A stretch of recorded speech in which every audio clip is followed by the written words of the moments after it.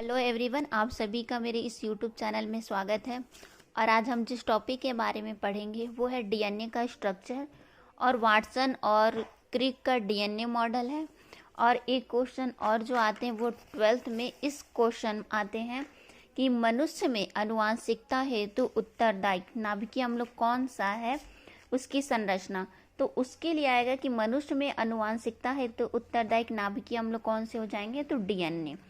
यही चीज पढ़ना है तो हम पढ़ेंगे जो दिया है वाटसन और क्रिक का डीएनए मॉडल।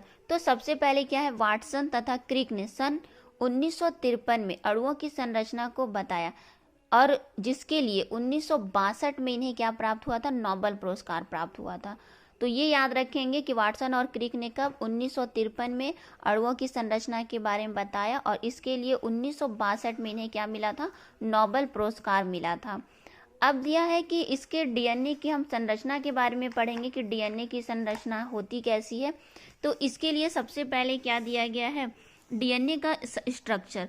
तो डीएनए के स्ट्रक्चर में क्या बताएंगे, सबसे पहले कि ये क्या रहते हैं, डीएनए का जो स्ट्रक्चर रहेगा उसमें ये बताया जाएगा कि डीएनए के अणु जो होते हैं वो किसके बने रहते हैं, 2 पॉली डीऑक्सी राइबो न्यूक्लियोटाइडों की श्रृंखला का बने होते हैं।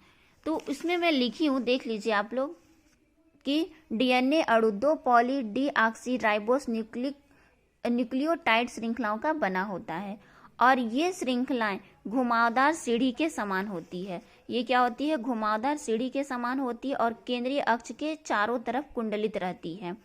तो ये चीज दिया गया है कि ये क्या है, पहली में कि डीएनए क्या रहते हैं, 2 पॉलीन्यूक्लियोटाइड श्रृंखलाओं के बने होते हैं और ये प्रत्येक श्रृंखलाएं क्या होती है, घुमावदार होती है।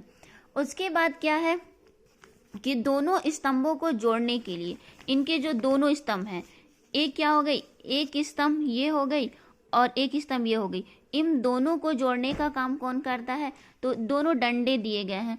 जो ये वाली स्ट्रक्चर दी गई है, इस टाइप की जो स्ट्रक्चर दी गई है, ये उसको क्या बोला जाता है, तो दोनों स्तंभ को जोड़ने के लिए 2 डंडे होते हैं। तो ऊपर वाला हो जाता है प्यूरिन और नीचे वाला जो हो जाता है उसको बोला जाता है पिरिमिडिन कहते हैं, ये दोनों स्ट्रक्चर। और प्यूरिन पिरिमिडिन हमेशा क्षारकों में पाए जाती है, किसमें पाए जाते हैं, क्षारकों में। और ये दोनों जो हैं वो हाइड्रोजन बंध के द्वारा जुड़े रहते हैं। तो यही दिया है कि ये दोनों हाइड्रोजन बंधों के द्वारा जुड़े रहते हैं। जब हाइड्रोजन बंधों के टूटने पर दोनों क्या हो जाते हैं, अलग अलग हो जाते हैं।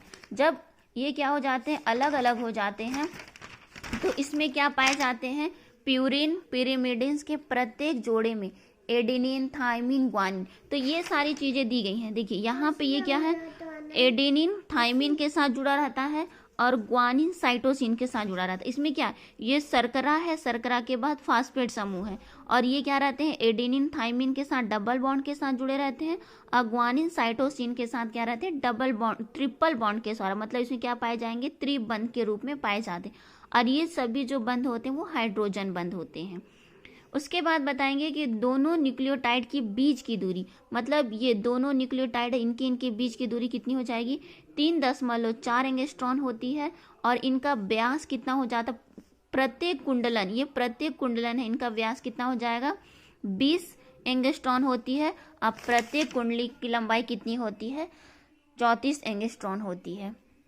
अगर आपको ये वीडियो पसंद आया होगा तो प्लीज़ लाइक करें, सब्सक्राइब करें। Thank you.